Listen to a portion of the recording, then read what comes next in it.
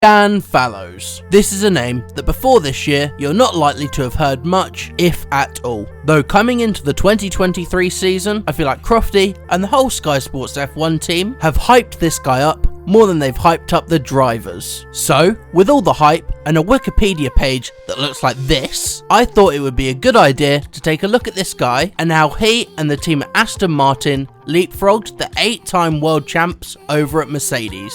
Dan was born in 1973 in England. He always had a passion for cars and engineering from an early age, and studied aeronautics and astronautics at the University of Southampton, where he would graduate in 1996 and land his first job in F1 as a senior aerodynamicist at Jaguar Racing, the Formula 1 team of a British motoring brand who wear the British racing green livery in a really weird foreshadowing to his future career. Jag. We're not exactly a top team at the time, but it gave Fallows an opportunity to learn the ropes of F1 aerodynamics and work with some talented people. He stayed with the Milton Keynes based team until 2005, where he would move on to Dallara for 1 year as an F1 chief aerodynamicist, before returning to the land of concrete cows and roundabouts as an aerodynamics team leader, where the previously named Jaguar team was now owned by Red Bull. Fallows followed the transition and became part of Red Bull's ambitious project to challenge for championships. He worked under legendary aerodynamicist and all-round technical mind Adrian Newey, one of the most renowned F1 designers ever, helping to design some of the most innovative cars on the grid. Fallows rose through the ranks at Red Bull and became their chief engineer in aerodynamics in 2014 after Newey stepped back from his role. At this time, he was responsible for overseeing all aspects of aerodynamic design and development for Red Bull Racing's cars. In these two previous roles, under his leadership, Red Bull won 4 consecutive drivers and constructors titles with Sebastian Vettel from 2010 to 2013. In 2014, he briefly left the team to join McLaren as their new head of aerodynamics, but like 90% of gym goers in January, he changed his mind after only 2 weeks and returned to Red Bull.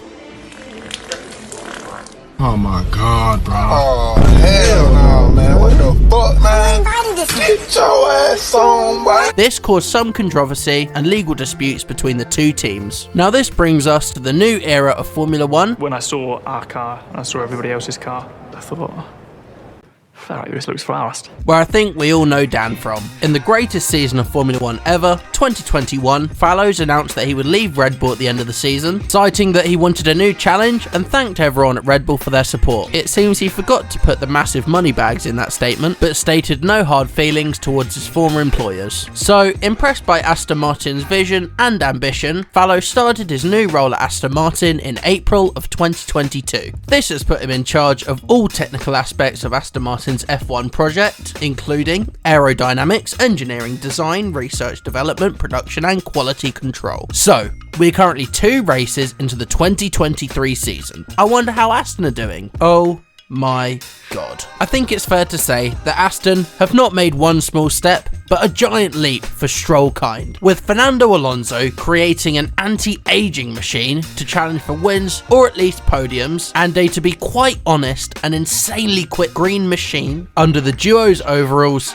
I'm fast as fuck, boy. Some are calling this a Brawn GP type leap. While I don't think it's quite that, the transformation of Aston is eerily similar to the way Red Bull helped create the big 3 teams. Aston's performance has been out of this world, with even an injured Lance Stroll quicker than the Mercs and the Ferraris. If I were to give Dan a grade for this season, it would have to be an A star. With that said, it is important to note that much of this car does use the Red Bull style concept, which Dan himself has stated that he was familiar with from his time at Red Bull Racing with Adrian Newey. As a result, the longevity of Aston Martin's success is in doubt. Additionally, as we saw with the pink Mercedes in 2020, the Silverstone-based team do certainly have the ability to burst out the blocks before dying a slow, sad death. As Checo said, there were 3 Red Bulls on the podium in Bahrain. So the question lies, is Dan Fallows the second coming of Newey, or is he just very familiar with the Red Bull concept? Well, only time will tell. Let me know what you guys think in the comments below. Subscribe so we can reach 1,000 subscribers. Thank you for watching. You've been watching Stephen Unboxed. Good morning, good evening, or good night. Thank you.